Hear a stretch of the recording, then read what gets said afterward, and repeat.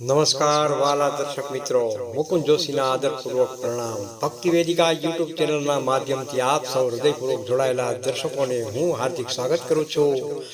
આજે આપણે જ્યોતિષ શાસ્ત્રની પ્રથમ રાશિ એટલે કે મેષ રાશિ લ અને ઈના જાતકો માટે ગ્રહોની ગોચર અને નક્ષત્રોની સ્થિતિ આધારે તૈયાર કરેલ જુલાઈ 2026ના સમગ્ર નક્ષત્રોની ચાલ અત્યંત વિગતવાર, ઊંડાણપૂર્વક અને લંબાઈપૂર્વક માસિક રાશિફળ જાણીશું.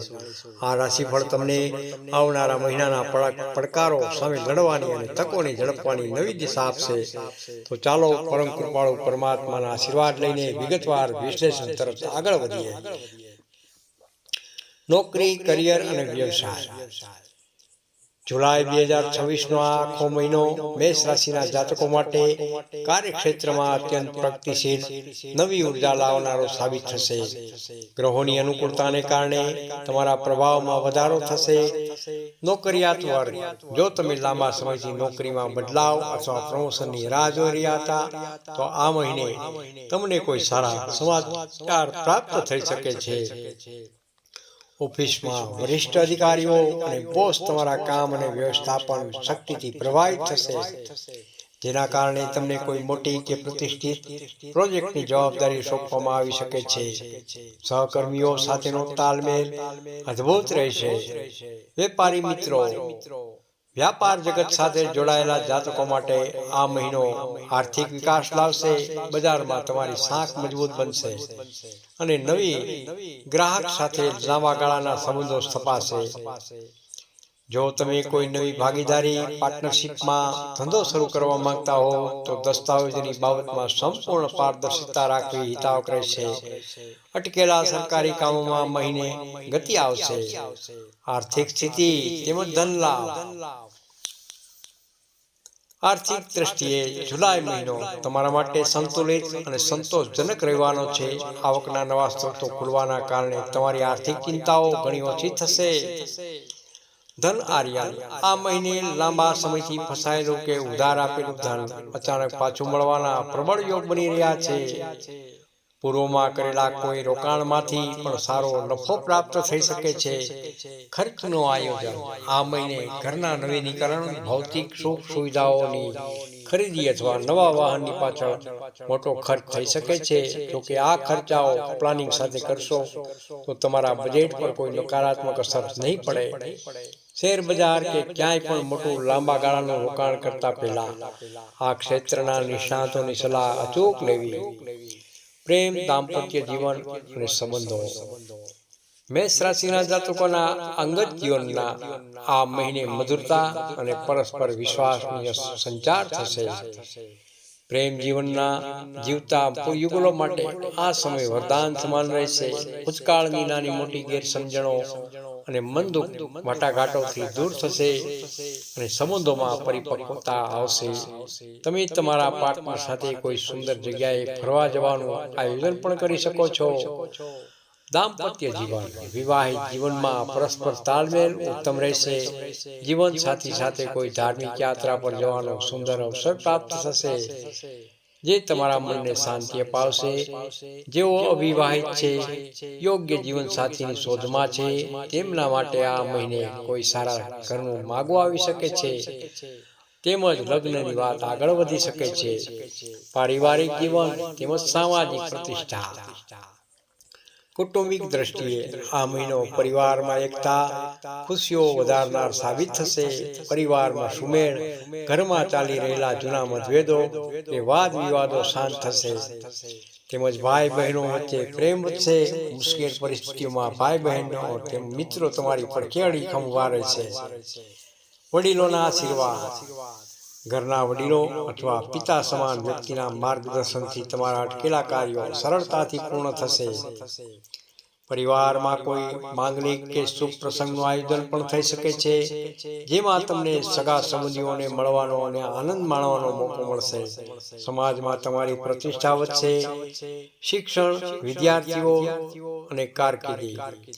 મેષ રાશિના વિદ્યાર્થીઓ માટે મહિનો તેમની મહેનતની કસોટી કરનારો પણ સાથે ઉત્તમ પરિણામ આપનારો સાબિત થશે. એકાગ્રતા વધારો. ગ્રહોની સ્થિતિ તમારી બુદ્ધિ અને એકાગ્રતાને તીક્ષ્ણ બનાવશે. જે વિદ્યાર્થીઓ ઉચ્ચ શિક્ષણ મેળવવા માંગે છે અથવા વિદેશ જઈને ભણવાનું સપનું જોઈ રહ્યા છે તેમના પ્રયત્નો આ મહિને સફળ થઈ શકે છે. સ્પર્ધાત્મક પરીક્ષાઓ. સરકારી નોકરી કે કોઈ મોટી સ્પર્ધાત્મક પરીક્ષાની તૈયારી કરી રહેલા જાતકોને પોતાની મહેનતનું યોગ્ય અને સકારાત્મક ફળ મળવાની પ્રબળ સંભાવના રહેલી છે.